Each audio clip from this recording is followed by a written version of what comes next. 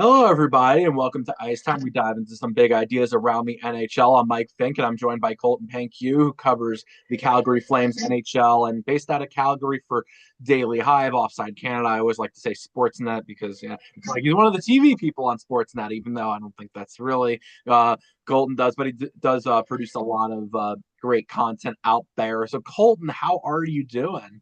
Yeah, I'm good, Mike. It's good to be back on with you. It's been a while. Yeah, good to be on and obviously an exciting time to do it too. Yeah, I was thinking it's been a while, and it's interesting because during the playoffs, I always like to almost like shorten my bench, where it's like, okay, who do I know that I've had on who's been good? And we've had some great conversations in the past, but we're diving right into the playoffs now. And I think when we look at and looking at the playoffs, we're in an interesting time in the first round because we have some matchups that have wrapped up already. We have some that are like dead even in the middle, and we have some that are in between that, where you have like a 3-1 series lead or whatever it is. I'll start with the ones that have wrapped up already. We have two that have already been a sweep. So let's dive in. Let's start with the Hurricanes sweeping the Senators, and for me, it's I don't really care so much about the Hurricanes. No, not care as much as I don't really want to dive too much into the Hurricanes. It's sort of the same story with them, which Yeah, is yeah, they're 100%. good. We don't know how good they are. I think everyone is more fascinated by the Senators here. And I think my question with the Senators is they get swept now. This is the second year in a row where they're in a series that wasn't close. I know that I think they took the Maple Leafs to 6 games, but they were down early and they were chasing that series and they weren't in it. And I think this is the big picture question with them, which is how concerning how concerning is this for the Senators? Yeah, I think it's interesting because going into this series, I thought that there was maybe the potential the Senators could pull off an upset. I did still I picked the Canes in a bracket I put together, but I thought it would be closer. Like I had the Canes winning in six, and the question for me with the Senators was I was worried about goaltending. I think Linus Ullmark, for a variety of reasons, obviously took a leave of absence and all that, but when he was in the crease, was really bad to start the season. As it went on, like going into the playoffs, he was playing better, but there were still just consistency issues. So I kind of thought that could be maybe the bit of their Achilles heel, and he was actually fantastic. He was great. He kept them in every game, made some huge saves. They were just kind of completely outclassed. It was like their offensive guys that just weren't able to do anything. I mean, Brady Tkachuk was held pointless, and credit to the Hurricanes for that too. They really don't give up much. That's kind of their bread and butter. Is they're a very suffocating team to play against, and I mean, we saw that. Like the Senators just weren't able to get anything going. So now the question becomes what types of changes do they make in the offseason? Obviously, everyone's going to focus on Brady Tkachuk and whether or not he still kind of wants to be there. Really, that's what it comes down to. I think if he does and he's still on board, I don't know if a ton of changes are made. Obviously, some tweaks here and there throughout the roster, but the main topic, obviously, all offseason until he says he's committed there is going to be what happens with Brady Tkachuk. It's really that's what's fascinating about you talk about picking the Senators beforehand. A lot of people did is because they're that type of team that I think before the playoffs started, we said they can match up with the Hurricanes. They are a playoff team, or they are a team built for the playoffs. And people question the goaltending. The goaltending stepped up for them. Linus Ullmark stepped up and had a good series. It's confusing, I think, from that perspective, where I actually don't know the answer because the core that you have there also, this is the other part of it. The core that you have is good, and it's good for the playoffs, where you have those players like Jake Sanderson, who could take over a game defensive on the defense, and you have Tim Stützle as one of these really good centers, and then that core falls apart in the playoffs. That's the concern, is because your core is in place and the depth just doesn't fit there. So I think that's more of a fixable issue. It's one of those you can look at this glass half full, glass half empty. The glass half full side is the core is in place. If they can keep Kachuk around, or if they can at least keep him around for one more season, you're in a good spot. And the other side of this is a core that is built to win, is underachieving in the playoffs, and you don't have the depth either. And this is and you've already made the playoffs twice, where This time around, you actually had to make a push to get in. How good are the Senators? And then you consider all the teams around them. How good can the Senators be when all these other teams are getting better and potentially could pass them? It's an interesting spot to be in, and it's one that I don't know the answer to. And I'm kind of curious to see. It's why this offseason is also going to be big for them because yes, they can address depth because the cap's going up. They'll have the cap's going up. They'll have the money to spend to add those players to fix their bottom six or to add more stability to the defense. And they'll be able to do that at the same time. Like, how good can this team be? It's an interesting question. It's gonna be interesting to see how they deal with things. I guess let's shift over to the Avalanche Kings. The Avalanche they sweep the Kings, and I don't. This is the same. This is the opposite. Where I don't care about the Kings. Like I don't want to talk too much about the Kings. They backed their way in. They weren't good. Kopitar, it's his last series, so that was kind of like okay, end of an era, end of a Kings era. So that was that's a shame a bit. But the Kings, I don't know. It wasn't that they weren't close, but it kind of felt like yeah, the Avalanche won those first few games, low scoring, and it was like a mucked up kind of game, and then they just pulled away with it. I'm more curious to the Avalanche side of this. Is do you feel better or worse about the Avalanche now? Yeah, I think as far as that series goes, the games were close. I think Colorado, they could have really beat them any way they wanted. I think the games were close, just the style the Kings were playing, trying to really kind of limit them offensively. I think if it became the Kings wanting to open things up, I think the Avalanche would have been fine with that too. Like that was a series, like you said, the Kings just really weren't much of a playoff team at all. That Pacific Division obviously is what it was. Like they had, it's been a big talking point here in Calgary. They had less regulation wins in the regular season than the Flames. So just not a very strong team this season, but it was good to see Kopitar get in one last playoff run, and that also allowed him to play his last game on Kings ice too. They are on the road here in Calgary for their last regular season game. So that was cool to see. But as far as Colorado's concerned, I mean, you like that they get out of the round quick just to avoid, all the bumps and bruises that come with the longer series. Something that we could see in this Dallas, Minnesota one, because it looks like it could go seven. The only concerning part for me is now, if it does go seven, I was reading yesterday that the Avalanche will have a minimum of 8 days off, which can be a negative sometimes, just not getting those game reps in. Like lots of times you'll see a team when they have a long break like that, at least the first game back tends to be a bit of a shaky one where they just look a little rusty and just not fully in sync. So I think that would be the one concern for me.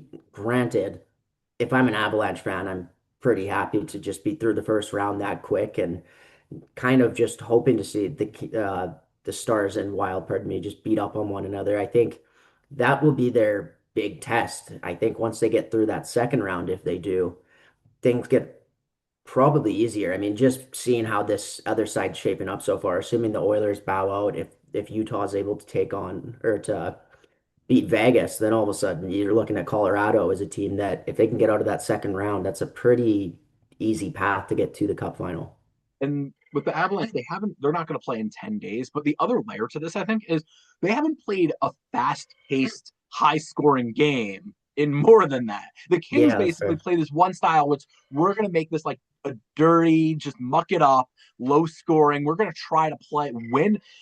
This is why I think it's fascinating because they tried to win their way. The Kings tried to make it their type of series, win low scoring 2-1 type of games, and the Avalanche won that way. And I think you can talk yourself into saying that is good for the Avalanche because they've proven they can win a game that they're not comfortable playing, which is Yeah. the type of game that was. And the other side of it though is because they play that way for 2 weeks. If they play a Wild or a Stars team, especially if they play a Wild team that really likes to speed things up, can they play? Are they going to be able to readjust? Do you look at that series? I just turning back to that series. When you see the Avalanche winning that series, it was 4-1. They didn't play great, but they played the way they need to win.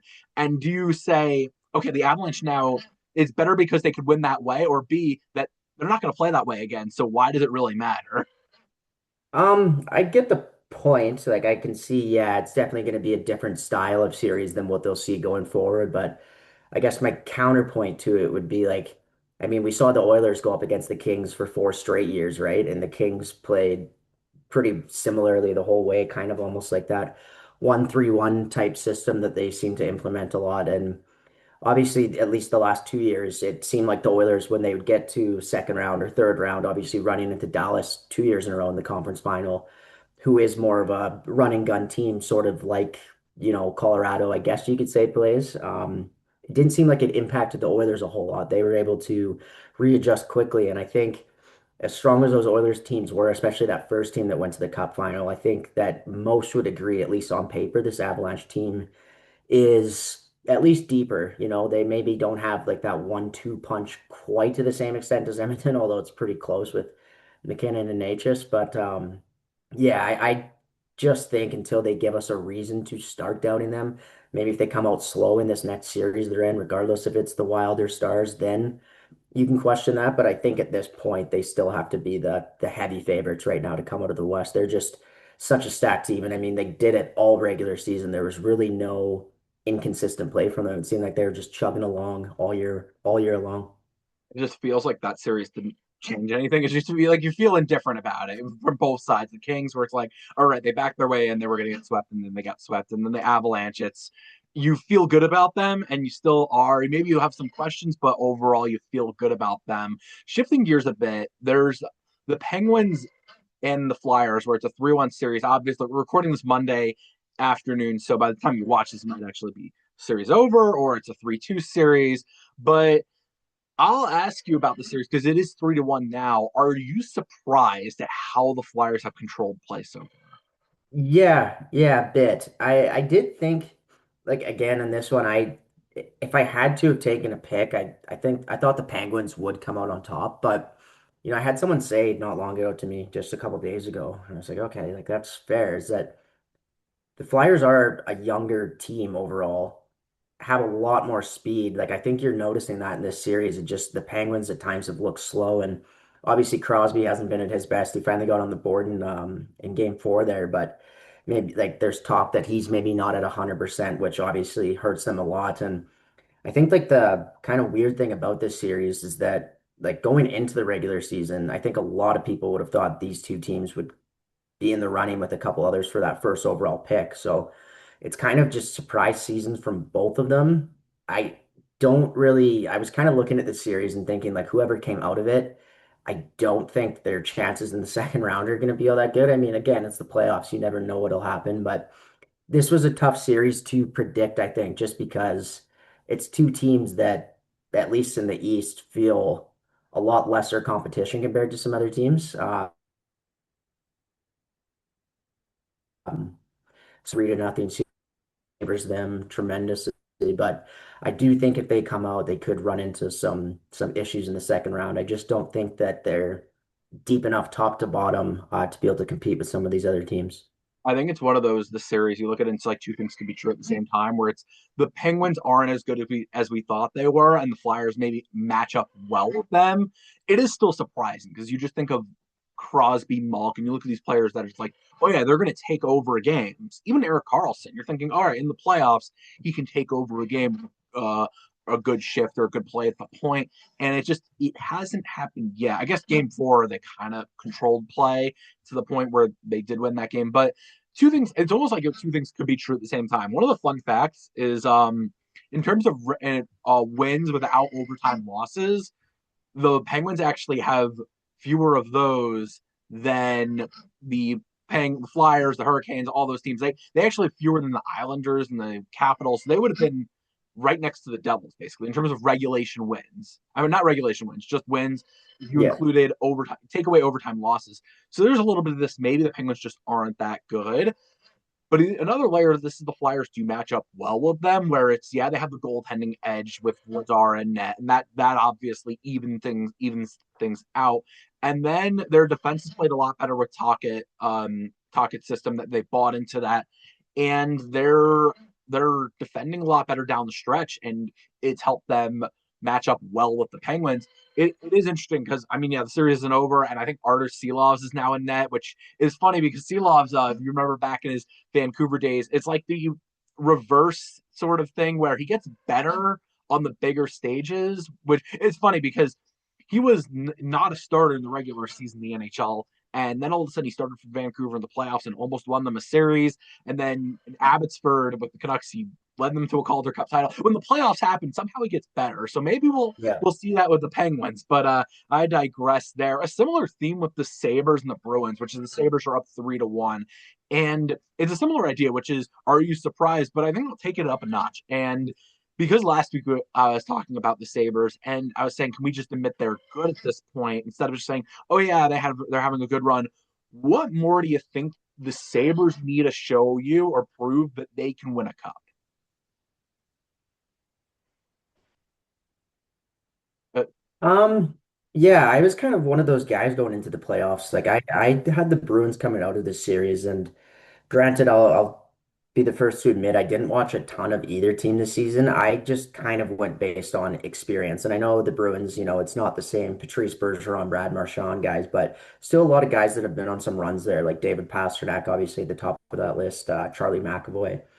So I just thought that guys like that would be able to give them the edge. I thought maybe the Sabres, just, their first playoff action since 2011, I just thought it might be like I thought this would be a learning experience for them, and I thought that maybe next year would be the year they could come in and make some noise. But they're really showing like they're a strong team. They have so much skill, especially up front, and just guys that play different roles and play them well. But they've added a lot of speed to their lineup over the last few seasons, really, and it seems like it's finally just all starting to come together.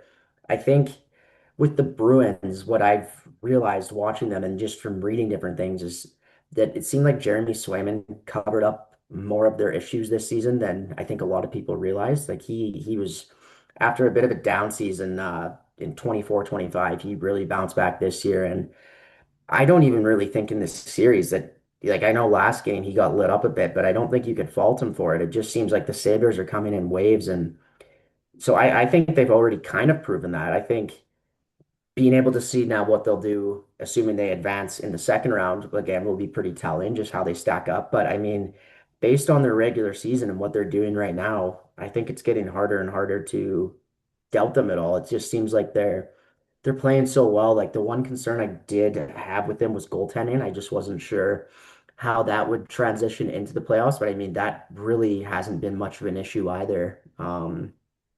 So yeah, no, they're looking like a pretty strong team right now and one that is handling the Bruins a lot easier than I expected them to.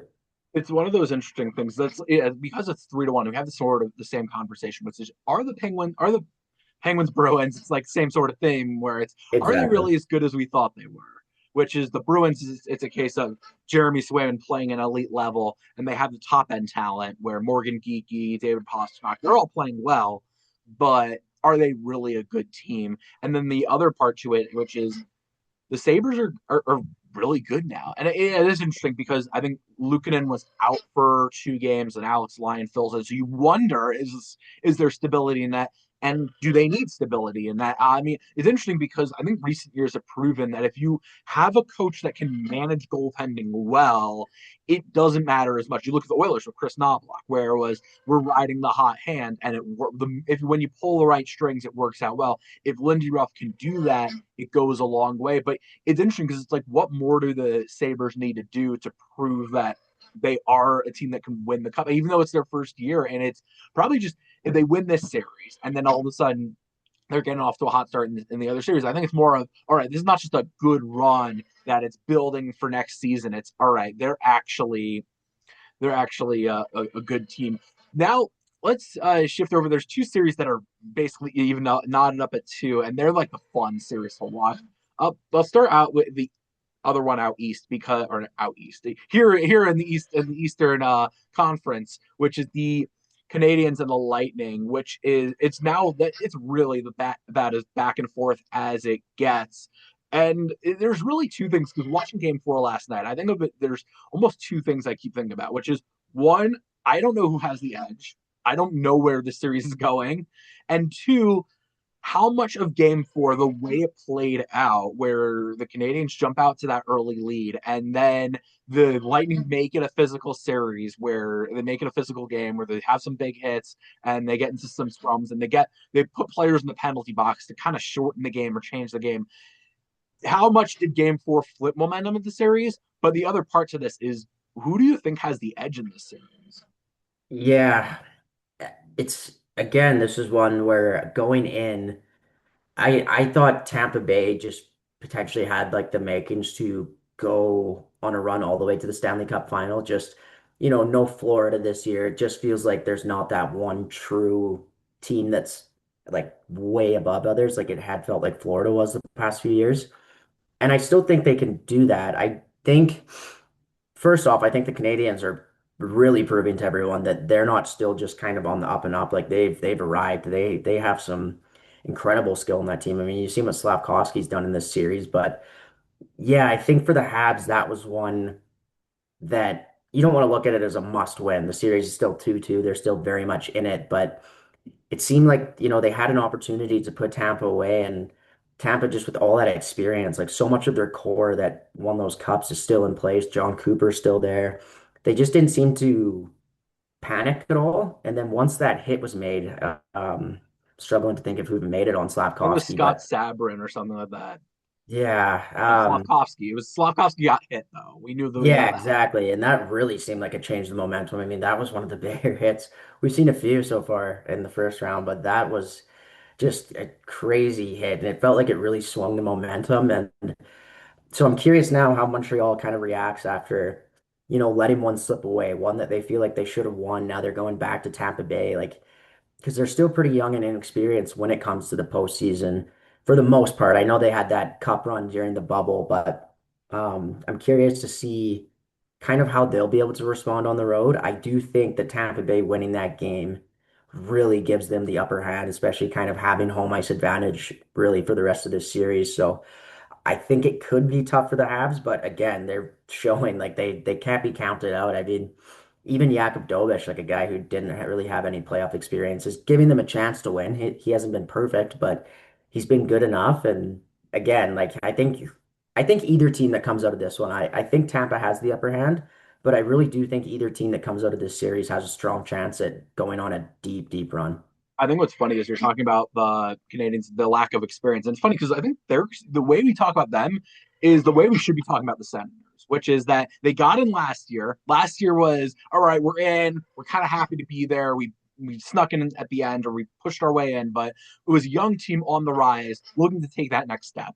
And they've taken that next step. I think just one more follow up on the Canadian side of this whole thing is if there's one issue or one weakness that teams are exploiting or can exploit. Maybe it is the physicality because the Lightning are trying to make this physical series, and the Canadians have that, but they aren't really utilizing it or using it. Where you look at players like Arbor, Jack Eye, who are who could play that style. But if there's one weakness, what could it? What is it, and what are teams exploiting?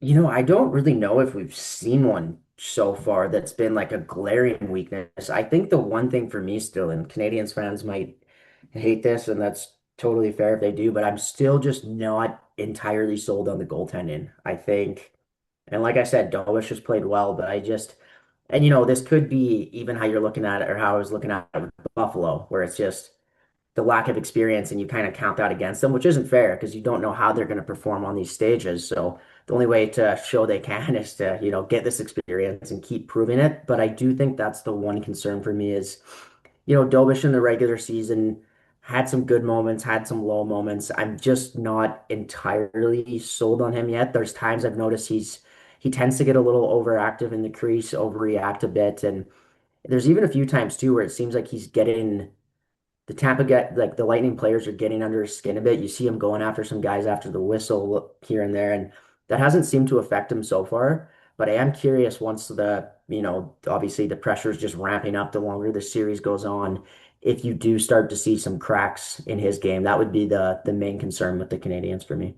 I think what's interesting, you're mentioning Thurbush a lot, and there's talk before the series of whether Jacob Fowler would get the start and whether Jacob Fowler would be the primary goaltender. And I think part of that is because Dobish is really good, but it's those highs and lows. And if he gets into a slump, then in the playoffs, especially in the playoffs, you really have to worry about that. And it is concerning. It's interesting because the other series that's tied up at two, I don't know where to start with it because it's wild stars and it's just it it's living up to the hype. It's I think exceeding the hype. You just look at the overtime games, the back and forth battles that they've had. They played in high scoring games. They played in low scoring games. I think game one was the one game that you should throw out the window just because the Wild just kick the doors off of the Stars that in that one. But otherwise, it's been a close series. It's been back and forth. And I don't know where to start. So I'll just ask you, like, what's your takeaway from this series? Just like, where does your mind go? And I tell you, Wild Stars tied at 2. What do you think? I think that's probably exactly what I would have expected. I thought going into the playoffs, once all the matchups were lined up, this would be the most exciting series. Now, saying that, I think that it actually has been the Canadians Lightning. Just grant like you got in every game, well, aside from game four that's gone to overtime. So three straight games in overtime is hard to beat. But no, I think these two teams are pretty, well, very evenly matched. And, there was a lot of gripe, I think, from both fan bases that you have a good regular season, very strong regular seasons, and then you're going head to head in the first round of the playoffs where like a team like the Oilers, for example, that didn't have a strong season, they got what some felt was a layup matchup. Obviously hasn't been, but in the Ducks. So it's tough for one of those two teams that's going to get eliminated in this first round because I think they're both true Stanley Cup contenders. I still lean a bit more towards the Stars. I just think that they have a bit more depth up front. Yeah, that's kind of the main turning thing for me. I think Minnesota's very close with them. I think they could definitely pull this off. And whoever does, I mean, that next series against the Avalanche is going to be another must watch. Like whoever comes out of that one, in my opinion, will be the team going to the Cup final in the West. Obviously, not much of a hot take there, but I still favor the Stars a bit. Again, I like their depth. And I like the way they were able to respond after that game one too. I think there was a lot of questions that went on, like maybe this Stars team just doesn't have it. They've been close for a few years and just haven't been able to kind of get over the final hump. But I still do like them in a 7 game series. I think they find a way to squeak this one out, but I think a lot of people had this one going 7 before it started, and it definitely looks like it's heading that way. It's interesting. You mentioned the 1v8 or the playoff format. If it was 1v8, I think interestingly enough, the Wild would have faced the Oilers in the first round, and the Stars would have faced the Vegas Golden Knights or the Ducks in the first round. So it's just interesting to see how things would have played out with that in mind. But it's one of those series that is for me. I always think in the big picture, like team building perspective, like where your mind goes, where your mind goes, and I think it's interesting because the this series is almost a question of how do you want to build your teams to win a cup? Do you want to build it? It's almost you look at the Wild. Does it matter if you don't have number one centers, but you have everything else? Or you have if your wingers drive play and they are ultra talented, whether it's Kirill Kaprizov or you fill in the blank there, but Kaprizov's the winger that's elite and similar to Kucherov with the Lightning, or you look at the Flyers are built. They're not built up the middle. They're built on the wing with Porter Martone and Michkov and all those players. But you have the Wild, they're built on the wing. It doesn't really matter if they have elite center play as long as they have baseline center play. Or you look at the Stars, it's up the middle. You have Wyatt Johnston. You have those players that they're really built up the middle, and it's interesting because I think that's almost the other question to it, which is would you mind building the way the Wild do, knowing it doesn't matter? We have elite play, and then in defense you have Quinn Hughes and Brock Faber there. So that was the concern for me when the Wild first made that Quinn Hughes trade, and everybody was talking about, wow, like this really puts them into Stanley Cup contention, which I still think it does. But one of the first things I was kind of thinking right after was, well, who plays down the middle? And I mean, that's not to say they don't have some good players. Like Joel Eriksson Ek is a very strong two-way player, not a typical number one center. And I was just going back to it's tough to think of a Stanley Cup winner in recent time that hasn't had like a bona fide number one center. I mean, you look at the Florida Panthers, like Alexander Barkov, even the Oilers who got there, obviously McDavid and Draisaitl. When Colorado won, McKinnon, Vegas, Jack Eichel. Like I do think that in order to win it all, you do need that number one center. I just think that they impact the game in ways that wingers can't, like just starting defensively, your matchups, winning faceoffs, all that. I think it's all so important. So I do think that's the part with the Wild that concerns me. Even though I could see them getting past the Stars, I think that could be a huge problem versus the Avalanche, who obviously, again, have a lot of center ice talent. We saw what they did at the trade deadline, bringing in Kadri and Waugh. So they, I just think that the lack of center depth or just not having that true star down the middle could be what impacts the Wild because I think it's so hard to win without those guys. Yeah, it is fascinating because I think they're one of those teams that's in real time. We're seeing a team building experiment from them.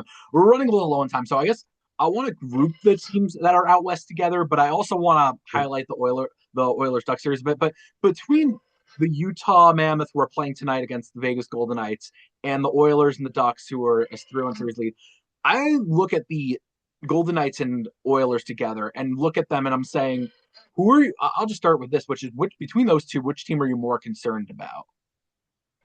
I would say the Oilers now following last night's result.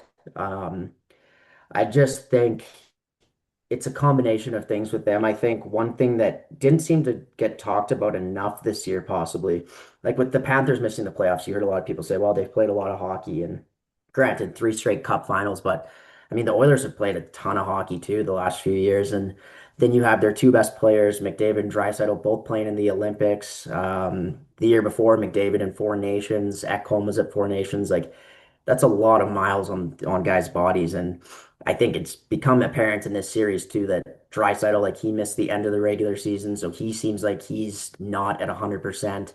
And McDavid is clearly something's going on there with that little kind of he got tangled up with Ekholm and I can't even think of the Ducks forward off Ian Moore, I think it was he got tangled up with, and I don't know if it's ankle, knee, but you can just he's lacking that speed burst that makes him so effective. And so that he's really just I mean, it's been talked about enough that the Oilers there's been some holes on their roster, even when they've went on these cup runs, and they need McDavid and Draisaitl to do what we typically see in the playoffs. And if they're not able to do that, which it doesn't look like they are with these injuries, then I think it's going to be a quick a quick exit for them. I don't even really see them. It just doesn't look like they have any juice to even be able to pull off a win in Game 5 here.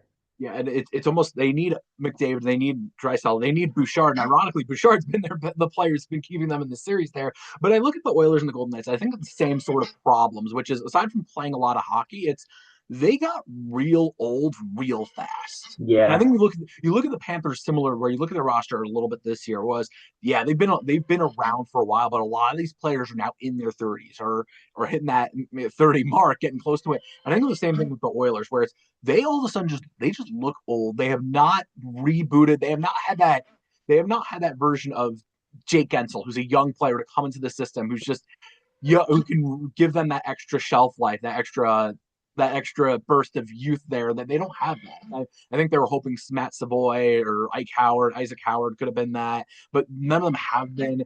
And it's just Well, sorry, you're saying?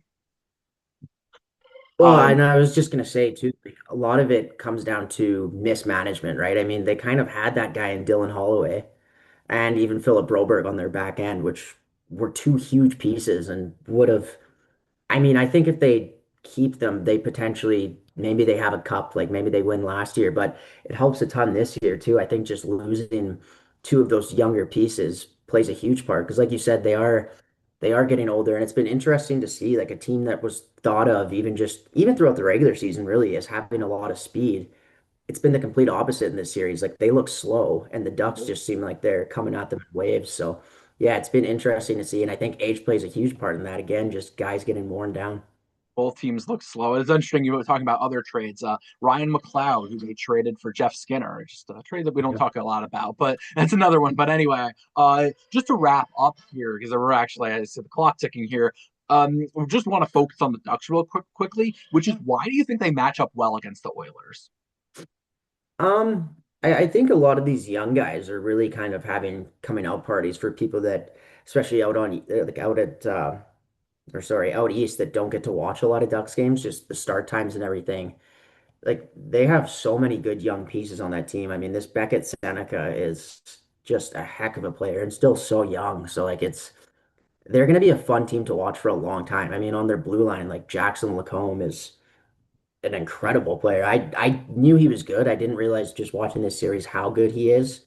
Um, I mean, Cutter Gauthier has been fantastic. Troy Terry, I know not quite as young as those guys, but he's been really good too. Like they have a lot of good pieces, and then they've insulated that with some good veterans as well, like Chris Kreider being there, Alex Killorn, a guy with Stanley Cup pedigree, John Carlson too. They added at the deadline. So I would say the biggest thing has to me has been the speed and then the special teams. I mean, their power play is absolutely killing the Oilers right now. It's clicking at I think 50% or right around that. So it just seems like almost any time the Oilers get a penalty, it's it's a goal. And on top of that too, the Ducks penalty kill. I know the Oilers went 50% last night on the power play, but the Oilers power play hasn't looked like what we've become accustomed to. Like, first in the NHL again this season. That's kind of their bread and butter. That's the thing in the playoffs is you don't want to give the Oilers power plays. And for the Ducks, it really hasn't been costly so far in this series. And I think a big part of that again is McDavid and Draisaitl, the guys who run that, not being at 100%. But I would say that the Ducks have just completely outclassed them special teams wise, and that's the biggest story so far in the series. Almost two things. It's almost a few things that are contributing at once, which is the Ducks are better than we've given them credit for. Where Jackson Lacombe is one of those elite defensemen who is on the U.S. Olympic team for a reason. I remember when Yeah. Seth Jones got injured, and then they were like, "Oh, why is Jackson Lacombe coming in instead of someone like Ian Hudson?" And people realizing, no, Jackson Lacombe is a really good defenseman. But the other layer to this is also that the Ducks blue line is bigger and just rattling. They can rattle the Oilers, and they have. And it's interesting to see because and the other interesting thing to see is just how Quenneville's line matching, where he can do that, and it's really given the Oilers fits where they can't get those elite skaters on the ice. Uh, maybe they'll have last change the at home, so maybe the things can change. But it just feels like an uphill battle. All these things coming to once, and the Ducks, who a team that we kind of saw at the beginning of the season as maybe they could go on a run, maybe they're a sleeper team. All of a sudden, if they get the Oilers and Vegas, two older, slower teams, then they might have the edge there. All right, that's all we got. Colton, I really appreciate you taking the time out of your busy schedule. I know it's not easy with all the work you do. But yeah, I really appreciate you joining.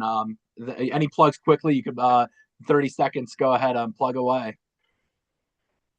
Yeah, just anything Daily Hive offside, and then here in Calgary, Sportsnet 960 is our radio station here. So I feel like I've pretty much been on every night, just doing different playoff games. We play at pretty much games that are on every night, and be on at intermissions and post game cover and that. So yeah, those are the two main things. But yeah, thanks for having me. It's always fun to get on here and talk hockey with you. Yeah, it's always a pleasure, Colton. And yeah, I was wondering about Calgary, how busy they are playoff time, but it's playoff hockey, so it's of course it's a busy time. But that's all for now. That's all we've Exactly. got. Please like, comment, share it, subscribe to Mike Fink Hockey Writer, which is the YouTube channel you're watching this on. So please do that. Appreciate it a lot. And we hope you enjoyed and tune in next time for another great episode. Thank you.